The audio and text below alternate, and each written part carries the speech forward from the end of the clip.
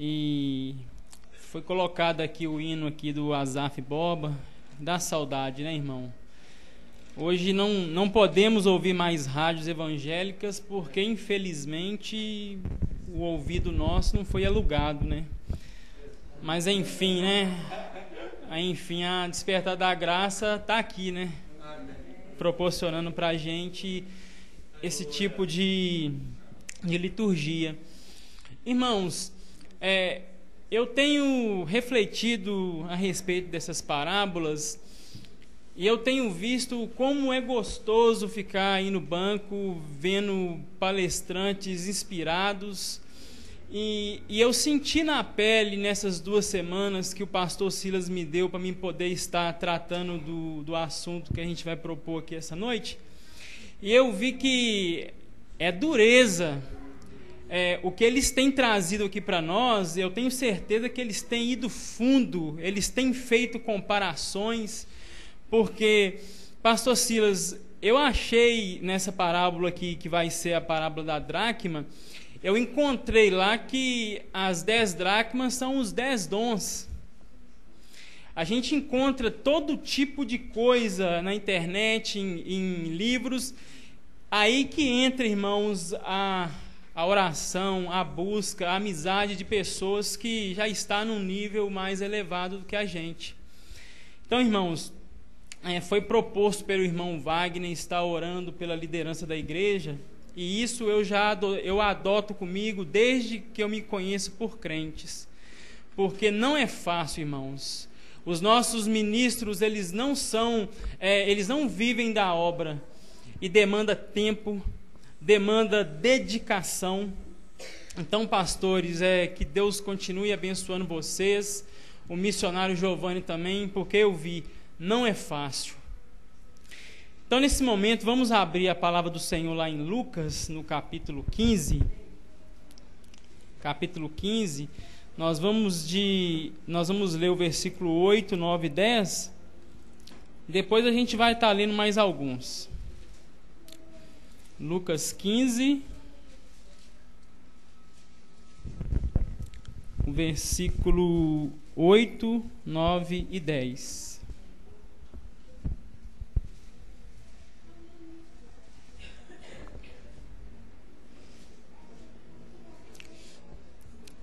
Está escrito assim, irmãos: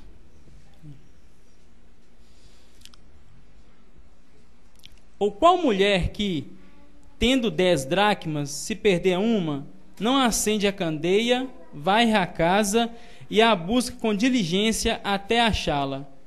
E quando a encontra, convoca as amigas e vizinhas, dizendo: alegrai-vos comigo, achei a dracma perdida.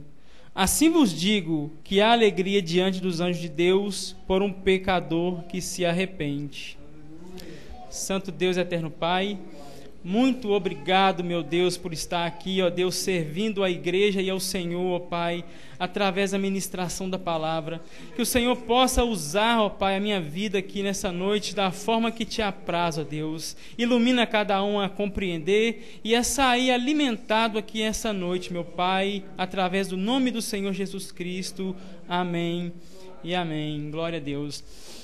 Irmãos, o reverendo Hernandes Dias Lopes, ele nos diz que o Senhor Jesus foi um dos maiores contadores de história que já teve no mundo.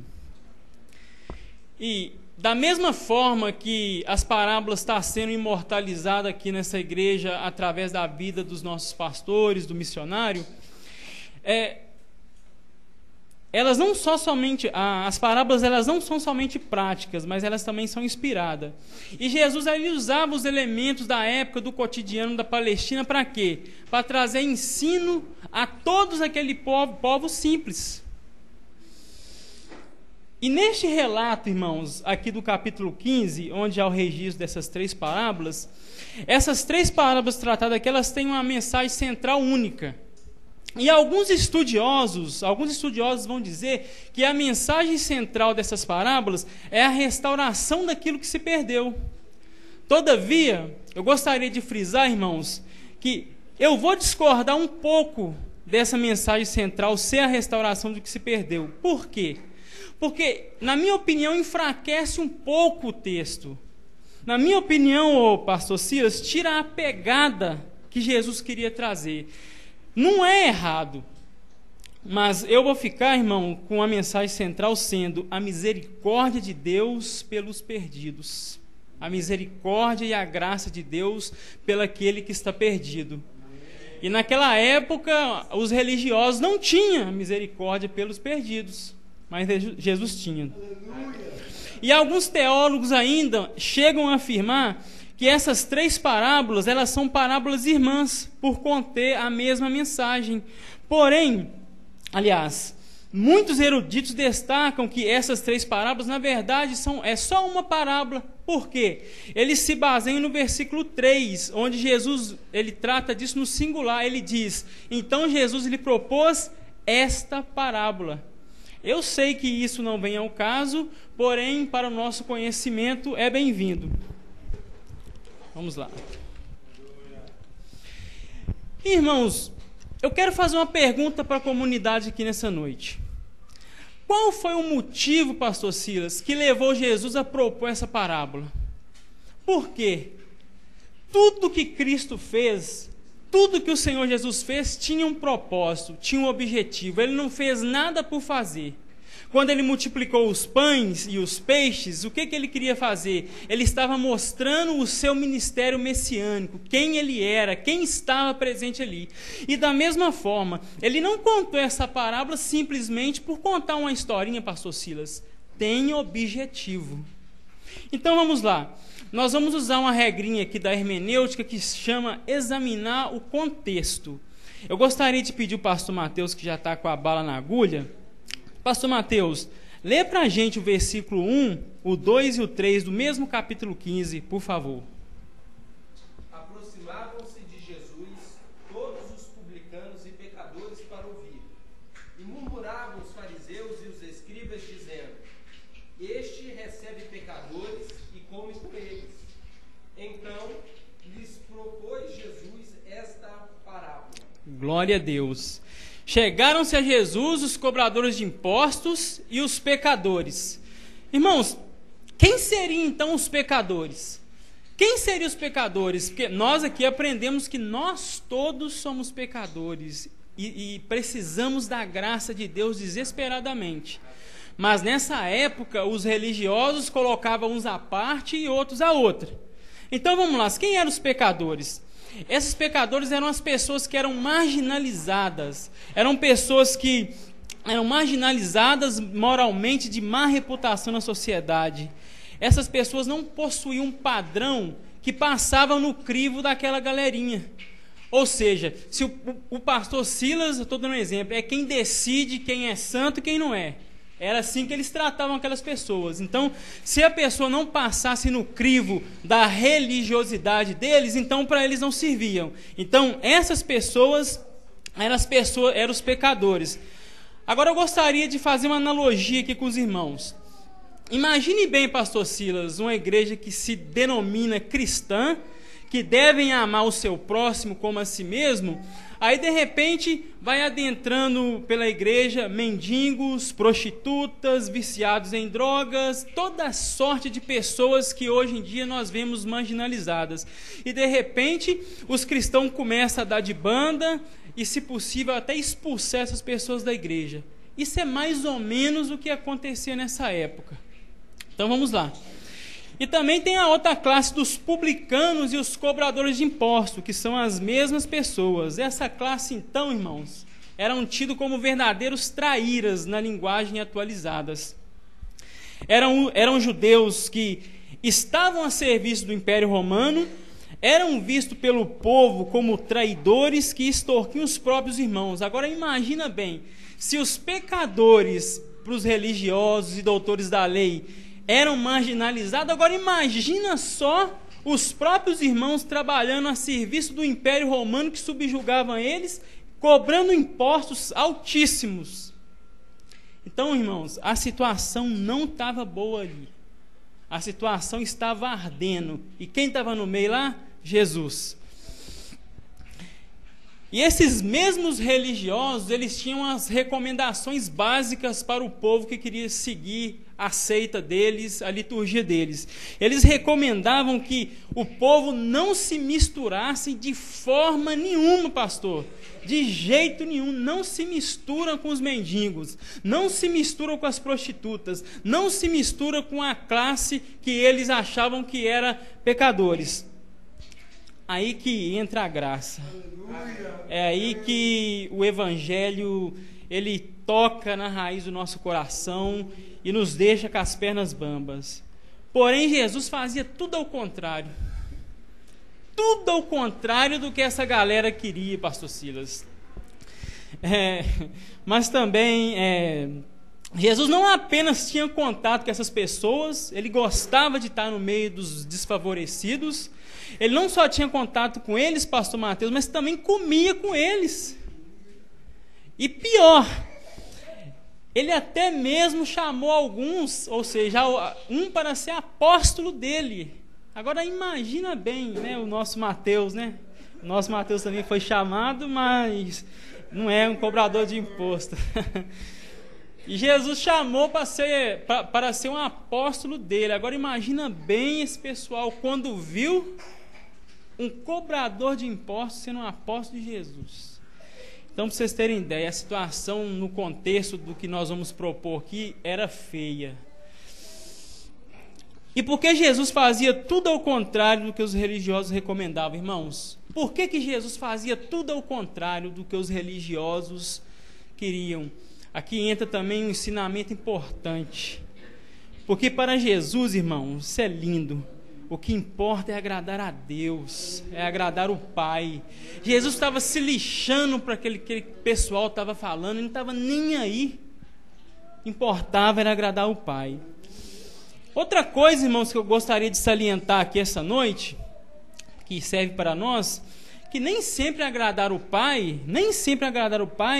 vai deixar pessoas felizes, não. E isso pode ser na nossa casa, no nosso trabalho, isso pode ser na faculdade, isso pode ser em qualquer lugar. Quando você quer agradar o Pai, muitas das vezes você vai fazer inimigos, você vai fazer opositores. É o que aconteceu no contexto lido pelo pastor Mateus. Porque para Jesus, irmãos, o que importava era agradar o Pai.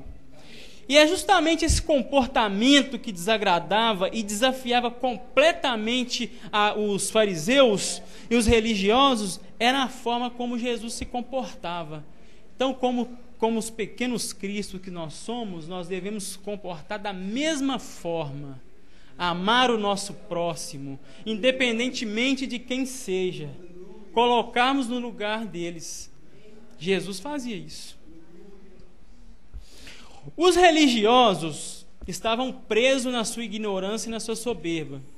Eles não conseguiam enxergar, pastores, que o chamado de Jesus Cristo, deixa eu ver aqui, eles não conseguiam enxergar que o propósito que Jesus Cristo veio ao mundo era buscar e salvar os perdidos. Esse era o propósito de Cristo.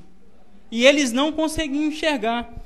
Ao contar essa parábola da dracma perdida, na qual nós vamos começar a tratar aqui o versículo 8, Jesus não estava defendendo-se da crítica farisaica, mas sim mostrando aos seus opositores que aquilo que os aborrecia profundamente era justamente o que agradava a Deus. Irmãos, outra coisa que é notável também nessa parábola, pastor Mateus, é o fato de Jesus Cristo ter usado figuras de pessoas desmerecidas. Olhem só para vocês verem. Na parábola da ovelha perdida, Jesus Cristo usa a figura de um pastor.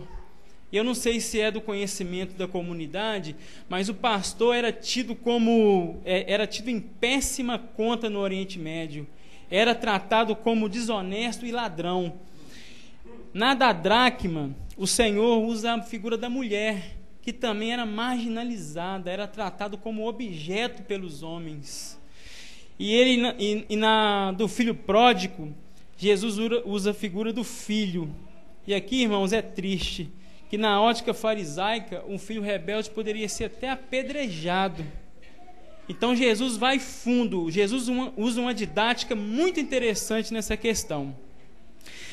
Então, amados, é em cima desse contexto aqui que a gente acabou de tratar, foi por isso que Jesus teve que propor uma parábola para trazer um ensinamento para aquele povo.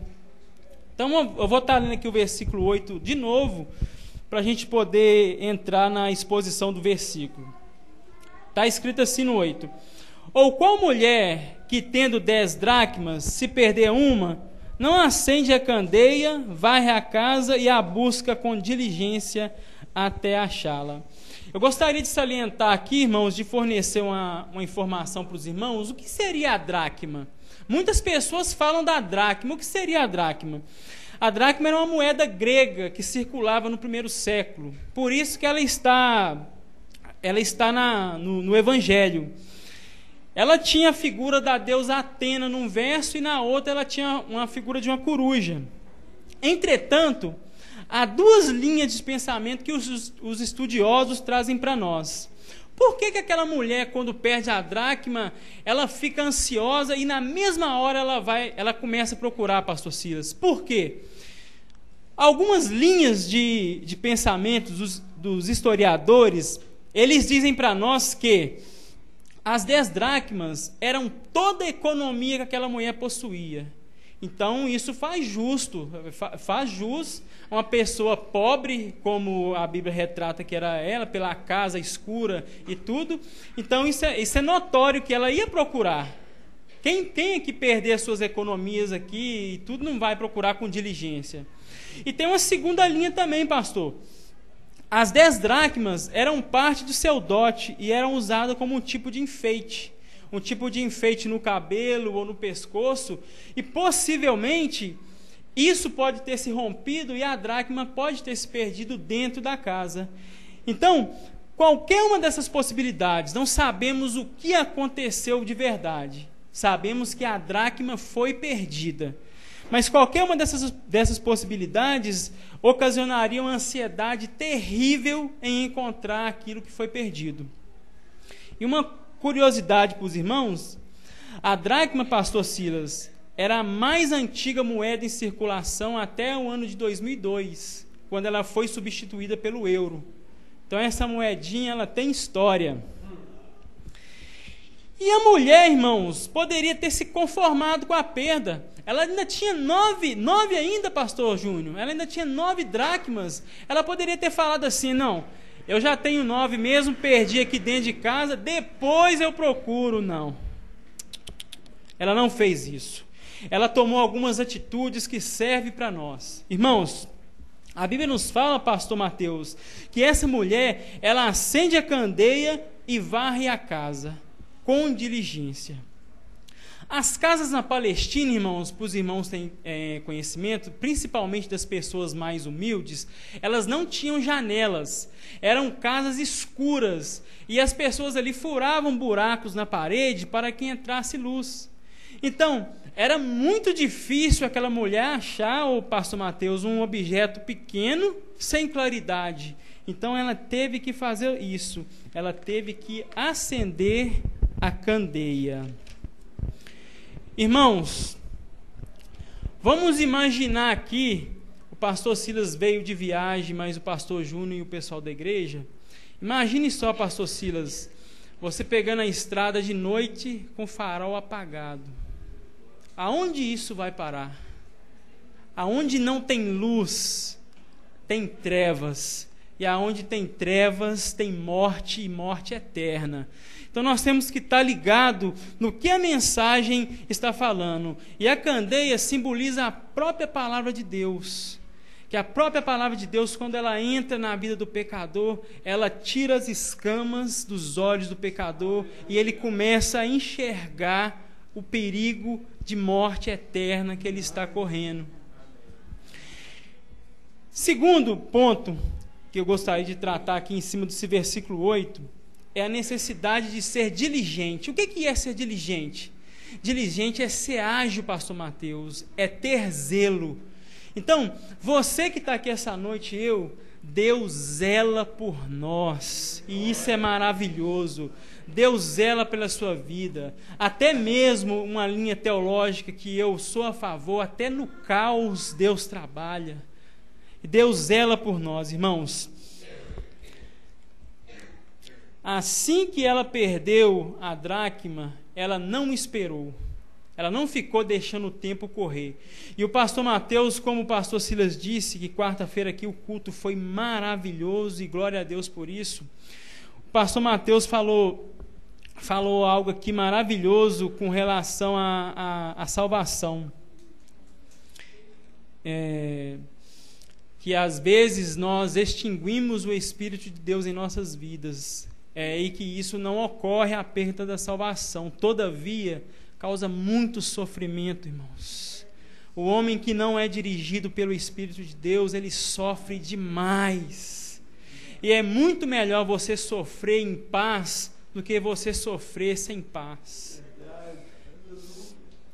Quero frisar, irmãos, também algo maravilhoso que eu consegui entender nessa parábola, que Jesus trabalhou acerca do arrependimento para a vida. Nós sabemos que o pecado por natureza faz com que nós nos escondemos de Deus. É só nós voltarmos lá em Gênesis e ver que quando Adão pecou, o que ele fez? Ele rapidamente se escondeu. E quem foi atrás dele? Deus teve que ir até ele. Porque o pecador não vai até Deus, irmãos. A mesma forma que a mulher, que nesse texto aqui, a mulher, ela é comparada por Deus. A mulher que vai procurar a dracma, é Deus que vai até o perdido, irmãos. E nós somos os agentes de Deus. Nós somos agentes de Deus para ir até os perdidos. Versículo 9, irmãos, para dar sequência. E quando a encontra, convoca as amigas e vizinhas, dizendo: alegrai-vos comigo, achei a dracma perdida. Glória a Deus. Ao achar a moeda, a mulher não se conteve, então chamou as amigas e vizinhas para se alegrar com ela. Falamos em termos espirituais, a vida do pecador que se arrepende deve ser comemorada e festejada com outras pessoas, seja em qualquer ambiente. Nós temos que comemorar, irmãos.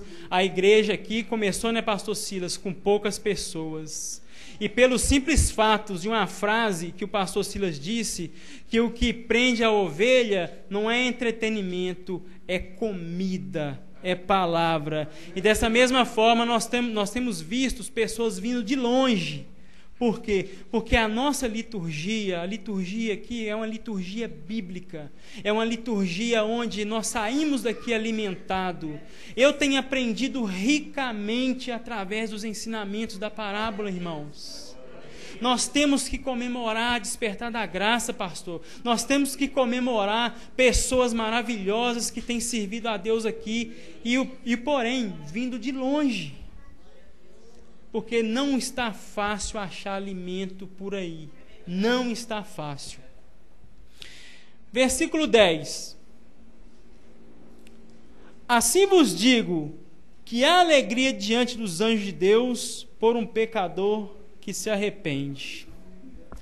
Há alegria e celebração diante dos anjos de Deus por causa de um pecador que se arrepende. Entretanto, não há celebrações, não há alegria, não há festejos diante dos religiosos, diante dos doutores da lei.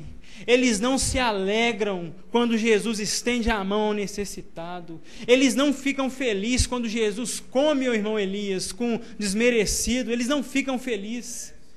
Nós somos ao contrário, irmãos. Nós somos totalmente ao contrário. Pelo contrário, eles estavam furiosos com Jesus. Eles estavam entristecidos com Jesus. Como o pastor Mateus, que um homem que foi prometido desde o Antigo Testamento para ser o libertador de Israel, o libertador do mundo, como é que um homem desse pode comer com pecadores? Era isso que eles imaginavam e que eles pensavam. Irmãos, eu quero trazer umas aplicações para as nossas vidas aqui essa noite. Eu gostaria que os irmãos prestassem bastante atenção, que isso vai valer para mim e eu acredito que vai valer para todos nós aqui essa noite. É sabido que o tema da parábola é a misericórdia de Deus pelo perdido, ou seja, é Deus em busca daquele que se perdeu. Contudo, irmãos, eu gostaria de trazer isso para as nossas vidas. Eu acho que não é errado, não. Irmãos, o pastor Silas falou algo aqui que mexeu comigo há um tempo atrás. Que nós podemos estar aqui na igreja, nós podemos estar pregando, nós podemos estar fazendo evangelismo, ministrações, nós podemos estar fazendo louvor, trabalhando arduamente na obra. Entretanto, nós podemos estar perdidos. Nós temos que fazer uma análise em nossas vidas, nós temos que fazer uma avaliação em nossas vidas todos os dias. E para isso, a mensagem, pastor Mateus, que o senhor pregou aqui quarta-feira, ela arrebentou comigo. E eu fiquei feliz. Glória a Deus, irmãos. Nós temos que nos avaliarmos, irmãos. Nós temos que nos colocarmos no lugar dos perdidos. Nós temos que estender a mão pelos necessitados. Muitas das vezes nós estamos passando de banda. Muitas das vezes nós oramos, pedimos: Senhor, envia almas para mim poder pregar, me dá a oportunidade de evangelizar, e quando a oportunidade aparece, nós não a agarramos. Nós temos que fazer uma análise em nossas vidas. Nós temos que refletir essa questão. Perder algo na rua é ruim. Eu acredito que alguém aqui já deve ter perdido alguma coisa na rua. Todavia, eu gostaria de salientar: perder em casa é muito pior.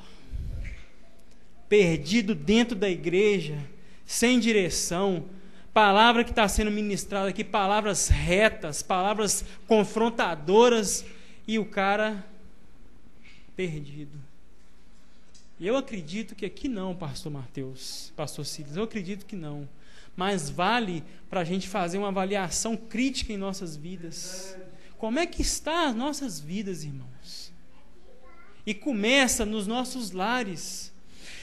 Ao falar de Gálatas 5:22, a questão dos frutos do Espírito, os frutos do Espírito, eu acredito que nós começamos a ver eles primeiramente dentro de casa. O nosso comportamento com a esposa, com os filhos, com os irmãos, é lá.